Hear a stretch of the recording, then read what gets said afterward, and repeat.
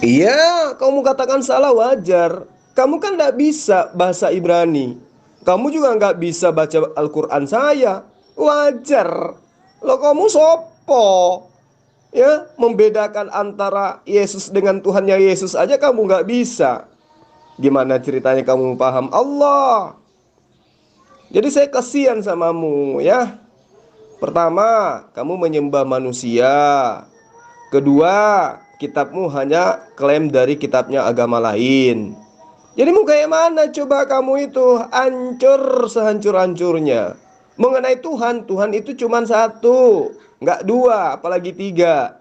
Bukan berbentuk manusia, bukan bertanduk tujuh, bermata tujuh. Itulah Tuhan pencipta alam semesta. Tuhan itu harus mengklaim dan memproklamirkan dirinya Tuhan satu-satunya.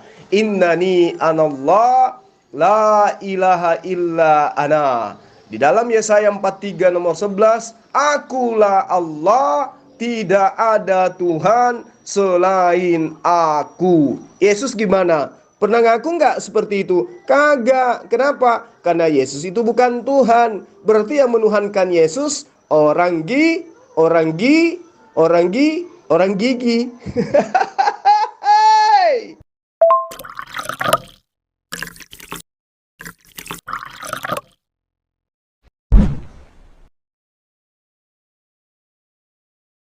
Hei, hei si pecundang muncul lagi. Saya senang. Kenapa saya senang? Karena saya ingin membuat akalan-akalanmu itu menampar mukamu sendiri, hai pecundang. Ya, kamu bilang Allahnya Abraham, Allah Isa, Allah Yakub itu Allahnya kamu. Astagfirullahaladzim. Allahnya Abraham mampu berbicara dengan Abraham. Allahnya Musa mampu berbicara dengan Musa. Tetapi Allahnya Subhanahu wa Ta'ala tidak pernah sedikit pun dia mampu menunjukkan, ya, bahwa dia adalah Allah yang benar, ya, Allah yang tidak nampak, yang tidak mampu membuktikan dirinya itu ada, ya, tidak pernah sedetik pun dia berbicara, ya, tidak pernah menunjukkan kemampuannya dengan cara apapun, karena memang Allah Subhanahu wa Ta'ala itu adalah Allah khayalan, Tuhan yang dibuat-buat oleh siapa? Oleh manusia yang bernama Muhammad. Ya, ingat itu kau Zulkifli M. Abbas. Ya, jangan kau sama-samakan Allahnya Bani Israel dengan Allahnya kamu ya. Allahnya Bani Israel itu mampu membuktikan dirinya dengan tanda-tanda kebesarannya. Sementara Allahnya kamu tidak sanggup sedikit pun, bahkan sedetik pun dia tak mampu itu. Zulkifli M. Abbas. Ya, coba kau buktikan kemampuan Allahmu apa di abad ke-6 yang dia lakukan terhadap nabimu. Sekarang saya tunggu. Tuhannya Lukas apa pernah berbicara langsung kepada Lukas? Jadul. Tuhannya Lukas adalah Yesus Kristus. Yesus Kristus adalah firman. Di mana firman itu yang telah berbicara dengan Abraham, berbicara dengan Elia, berbicara dengan Musa. Hebat sekali. Ya, sementara Allah Subhanahu wa Ta'ala adalah seonggok batu yang tidak memiliki roh, tidak memiliki firman, bahkan hidup pun dia tidak pernah ada. Ya, karena itulah satu-satunya Allah yang kamu sembah, adalah Allah yang terbuat dari benda mati, dan selamanya dia tidak akan pernah sedetik pun berfirman. Kok bisa? Iya, karena Nabi Muhammad tidak pernah sedetik pun berbicara dengan Allahnya. Ya, bahkan Allahnya yang maha kuasa konon katanya tidak pernah sedetik pun berbicara dengan nabinya. Lalu dari mana Al-Quran itu? Al-Quran itu adalah kalimat yang diucapkan oleh sosok yang ada di Gua Hira yang bernama Jin. Ya, itu bukan tipe malaikat Jibril, tidak seperti itu. Ya, apa yang mau kau bantah? Oh gitu. Jadi Tuhanmu manusia bernama Yesus. Sekarang Yesus pernah berbicara nggak kepada Lukas? Jadul. Yesus mampu melakukan pekerjaan-pekerjaan Allah. Ya, dia mampu menghidupkan orang mati. Itu adalah pekerjaan Tuhan. Dia mengatakan dia punya hak mengampuni dosa. Ya, apakah Allah Subhanahu wa Ta'ala mampu melakukannya itu? Oh, tidak pernah, tidak mungkin. Tidak akan pernah terjadi sampai dunia ini kiamat sekalipun. Allah Subhanahu wa Ta'ala tidak akan pernah muncul. Ya, karena Allah Subhanahu wa Ta'ala adalah Allah khayalan. Ya, dan Al-Qur'an adalah perkataan-perkataan manusia yang saling menentang satu sama dengan yang lainnya. Ya, dan ingat itu Zulkifli M. Abbas. Ya, kamu ingat kata-kata saya. Al-Qur'an adalah perkataan Jibril, ya, bukan firman Allah. Saya tidak tanya tentang itu, Tuyul. Dari semalam otak kamu itu nggak pernah berfungsi. Yang saya tanya, apakah Yesus pernah berbicara langsung kepada Lukas, Krinyol? Jangan lupa subscribe Iman Yakin Channel. Zulkifli M. Abbas, silakan Anda membuktikan kepada saya kalau Allah Subhanahu wa taala itu adalah Allah yang Maha Kuasa. Allah yang memiliki kekuatan penuh, yang mampu mengatur langit dan bumi. Ya, kekuatannya dia seperti apa? Kamu jelaskan kepada saya. Karena saya tidak pernah mendengar, tidak pernah membaca sedikit pun kalau Allah Subhanahu wa taala itu mampu berbicara. Ya, mampu berbicara kepada nabinya yang bernama Muhammad sallallahu alaihi wasallam. Ya, tidak pernah sedetik pun dia menunjukkan tanda-tanda kebesarannya sehingga orang-orang percaya bahwa dia adalah satu-satunya Allah yang benar. Ya, merupakan Allah yang Allah lanjutan dari Allah Abraham, Allah Ishak dan Allah Yakub yang menurut kamu klaim tadi. Ya, karena Allah Abraham, Allah Ishak, Allah Yakub adalah Allah yang mampu, Allah yang hidup, Allah yang mampu memberikan kekuatannya melalui apa? Melalui firman-Nya. Ya, sedangkan Allah Subhanahu wa taala, Allah yang kamu sembah adalah Tuhan yang sungguh-sungguh lemah. Ia tidak mampu, ia tidak sama seperti Allahnya Abraham, Ishak dan Yakub. Ya, kau buktikan sekarang Zulkifli M. Abbas. Zulkifli M. Abbas, kamu tahu siapa itu Lukas? Kamu tahu nggak muridnya siapa si Lukas? Berkesinambungan. Ya, Zulkifli M. Abbas. Ya, Yesus berkata kepada Yohanes, Yohanes mengatakan kepada Polikarpus, Polikarpus mengatakan kepada Lukas. Ya, berkesinambungan. Ya, dan Yesus adalah firman yang menjadi manusia. Wahai Zulkifli M. Abbas, sedangkan Allah Subhanahu wa taala, kamu buktikan kepada saya di mana letak kekuatan Allahmu. Karena saya tidak pernah melihat, tidak pernah mendengar, dan tidak pernah merasakan. Ya, bahkan di dalam sumber-sumbermu Islam sendiri, tidak pernah sedetik pun Allah Subhanahu wa taala itu berbicara dan menunjukkan kemampuannya dengan cara apapun itu. Ya, tidak ada. Bagaimana mungkin saya katakan dia itu Allah? Wah, mampus. Halo, muslim semuanya di sini, ayo. Siapa yang bisa membuktikan Allahnya seperti apa? Punya kekuatan seperti apa? Ya, dia ada, hidup atau tidak ada? Ayo buktikan di sini sekarang. Ayo saya tantang kalian semua di sini. Buktinya ya, ini sekarang dia mengatur alam semesta. Dialah sang pencipta satu-satunya yang mengutus para nabi yang disembah oleh Yesus Tuhanmu. Sekarang justru kamu yang harus membuktikan. Kamu katakan bahwa yang datang Allah itu tidak pernah berbicara kepada Rasulullah Muhammad SAW. Saya sudah menjelaskan justru Allah yang mengundangnya sampai kepada tahtanya. Subhanalladzi asra bi 'abdihi. Tapi kamu nggak bisa ngerti kenapa di otak kamu itu, di kepala kamu itu nggak ada otak yang bisa menampung paparan saya. Nah, sekarang saya tanya samamu, apakah pencipta alam semesta pernah berbicara langsung kepada Lukas? Sampai kamu imani karya tulisnya Lukas. Kamu katakan Tuhan pencipta langit dan bumi sudah nusul menjadi Yesus, menjadi manusia. Nah, setelah menjadi manusia, apakah dia pernah berbicara langsung kepada Lukas? Ternyata juga tidak pernah. Sebagai Allah tidak pernah bicara langsung kepada Lukas. Berubah menjadi manusia juga tidak pernah bicara langsung kepada Lukas. Jadi tulisan Lukas yang setebal itu dari mana datangnya? Nyaho. Jangan lupa subscribe Iman Yakin Channel. Alam semesta ini ada bukti Allah itu ada. Sekarang Tuhanmu menjadi manusia. Ketika dia masih menjadi Tuhan, dia tidak pernah bicara langsung kepada Lukas. Ketika Tuhanmu sudah menjadi manusia inkarnasi, ya, dia juga tidak pernah bicara langsung kepada Lukas. Lantas tulisan Lukas ini, karangannya itu dapat dari mana? Coba pakai otak. Dia tidak punya kekuatan, buat apa dia mengatur alam semesta? Allah kamu itu bukan Allah yang hidup.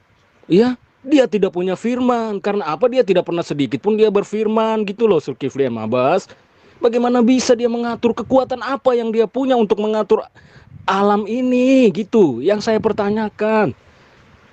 Ya, kekuatan apa yang dia punyai? Sementara di abad ke-6 dia tidak punya kekuatan itu. Bahkan untuk melakukan apapun dia tidak mampu di abad ke-6 itu, Zulkifli ya. Ya, kamu bilang dia mengatur alam ini. Dengan apa dia mengatur itu? Karena dia tidak punya kekuatan. Ya, dia tidak memiliki roh, dia tidak memiliki firman, gitu loh. Dia berfirman kepada Abraham, berfirman kepada Musa, berfirman kepada Tuhanmu Yesus yang manusia itu. Kurang apa lagi? Masalahnya otakmu nggak berfungsi. Nah sekarang siapa yang berfirman kepada Lukas sampai tulisannya kau anggap sebagai firman Tuhan?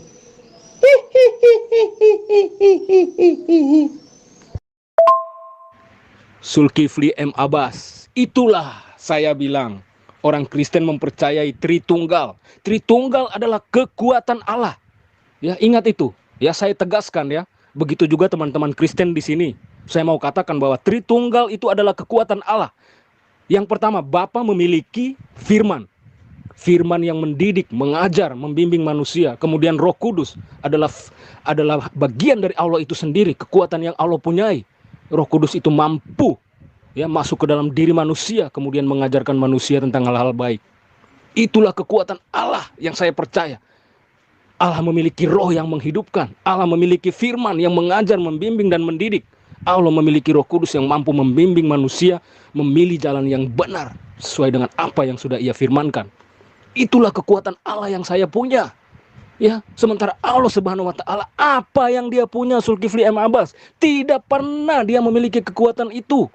Karena apa? Karena dia tidak mampu berfirman, dia tidak mampu menunjukkan Roh Kudusnya. Ya, ingat itu, Zulkifli M. Abbas. Apa yang mau kau bantah?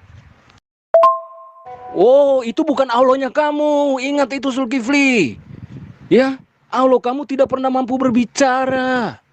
Yang tidak pernah mampu mengutus firman-Nya yang berbicara dengan Abraham, dengan Musa, dengan Elia. Itu adalah firman. Ya, bahkan bahkan Tuhan saya, ya, Tuhannya Bani Israel mengatakan begini, Zulkifli, aku mengutus aku kepadamu. Apa? Suaranya yang diutus.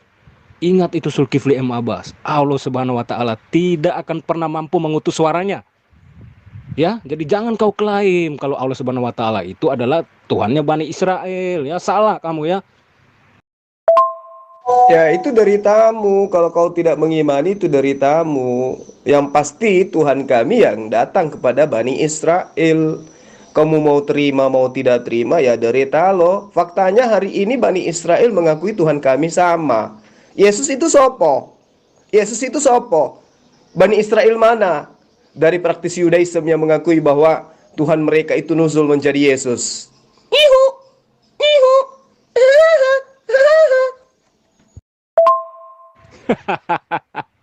Kamu ini lucu, Zulkifli M. Abbas. Saya bilang, ya, atas dasar apa kamu mempercayai bahwa Allah Subhanahu wa taala itu adalah Tuhannya yang sama dengan Bani Israel, Zulkifli M. Abbas? Saya sudah menjelaskan. Tuhannya Bani Israel itu mampu, dia membuktikan kalau dia bisa mengutus rohnya, dia bisa mengutus firmannya, dia bisa mengutus suaranya dan berbicara dengan Musa, dengan Abraham, dengan Elia, dan dengan para nabi yang lain. Ya, bahkan di dalam diri Yesus Kristus dia mampu mengutus firman-Nya menjadi manusia. Sekarang saya balik nanya kamu, Allah kamu itu kekuatannya apa? Dia bisa seperti itu apa enggak gitu loh.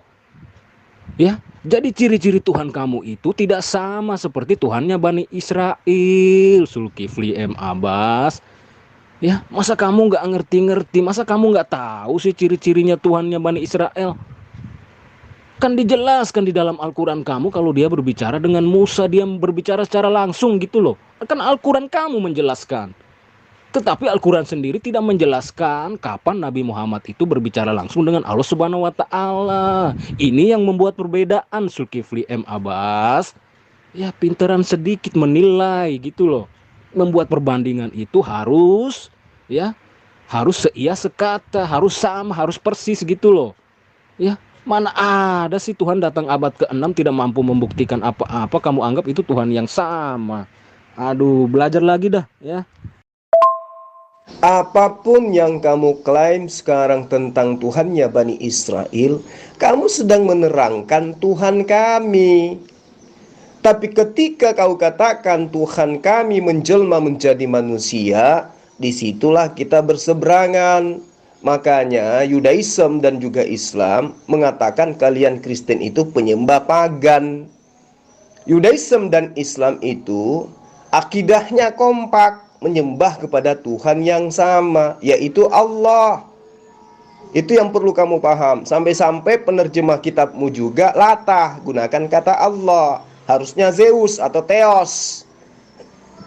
Nah, sekarang coba kamu terangkan kepada saya, apakah Tuhanmu yang berupa manusia yang dibunuh oleh tentara Romawi itu pernah bicara langsung kepada Lukas? Pernah tidak? Pernah enggak? Pernah enggak? Pernah. Enggak pernah.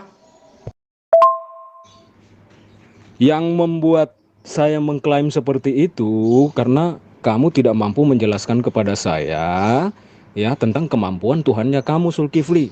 Kamu bilang Tuhannya Bani Israel itu yang mengutus Nabi Muhammad.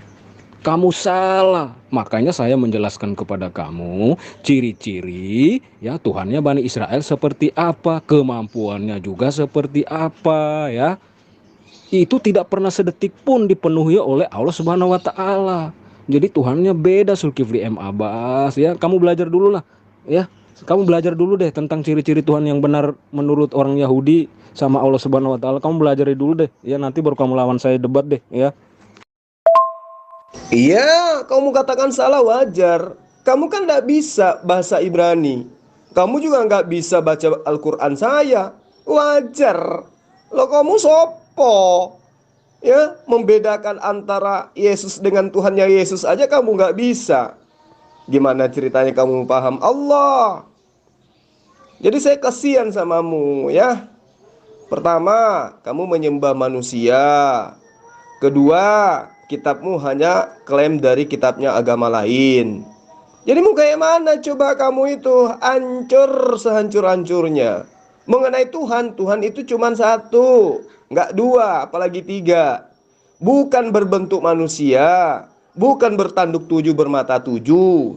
Itulah Tuhan pencipta alam semesta. Tuhan itu harus mengklaim dan memproklamirkan dirinya Tuhan satu-satunya.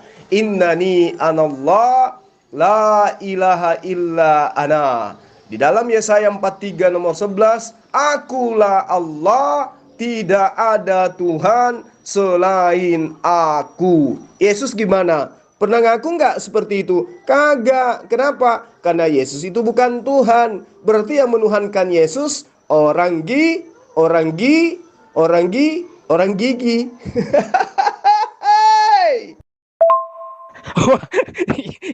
Itu alasan lagi aja mau lari dari kenyataan. Ya, kamu bandingkin dulu sama Zulkifli M Abbas.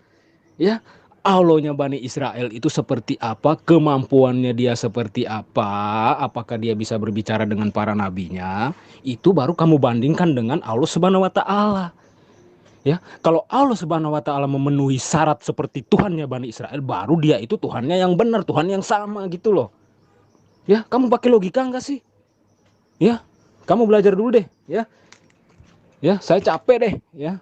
Mau menyadarkan akal-akalannya kamu nih susah bener-bener. Kamu bener-bener tidak pernah mampu ya.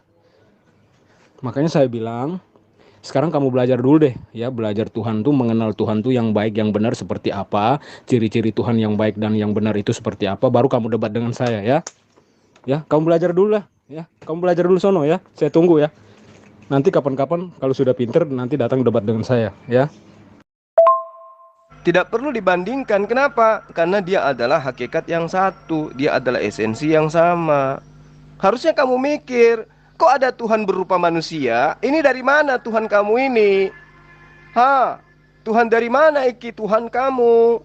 Padahal Tuhan kami sudah menerangkan dengan jelas kepada para nabi, Atem eddaina'um Yot he fafe wet abdi aser baharati. lema ante dui wa ta'aminu li wa tabinu. Artinya dia merujuk kepada dirinya sendiri, lantas dia terangkan menuju kepada dirinya. Apa yang dikatakan? Aniho lefanai lo nauser elwa aharai lo adonai atau lo hasem. Jadi di mana Yesusmu itu punya kedudukan? Tuhan bentukan gereja itu dari mana asalnya? Dilantik tahun abad ketiga Tuhan kamu itu. Sementara Tuhan yang benar itu tidak pernah dilantik menjadi makhluk. Innani anallah la ilaha illa ana. Aku inilah Tuhan, tidak ada Tuhan selain aku. Berarti aku adalah Tuhan yang disembah oleh para nabi. Yesus ada ngaku enggak? Tidak ada Tuhan selain aku, Yesus. Pret, kata Bu Uti, pret.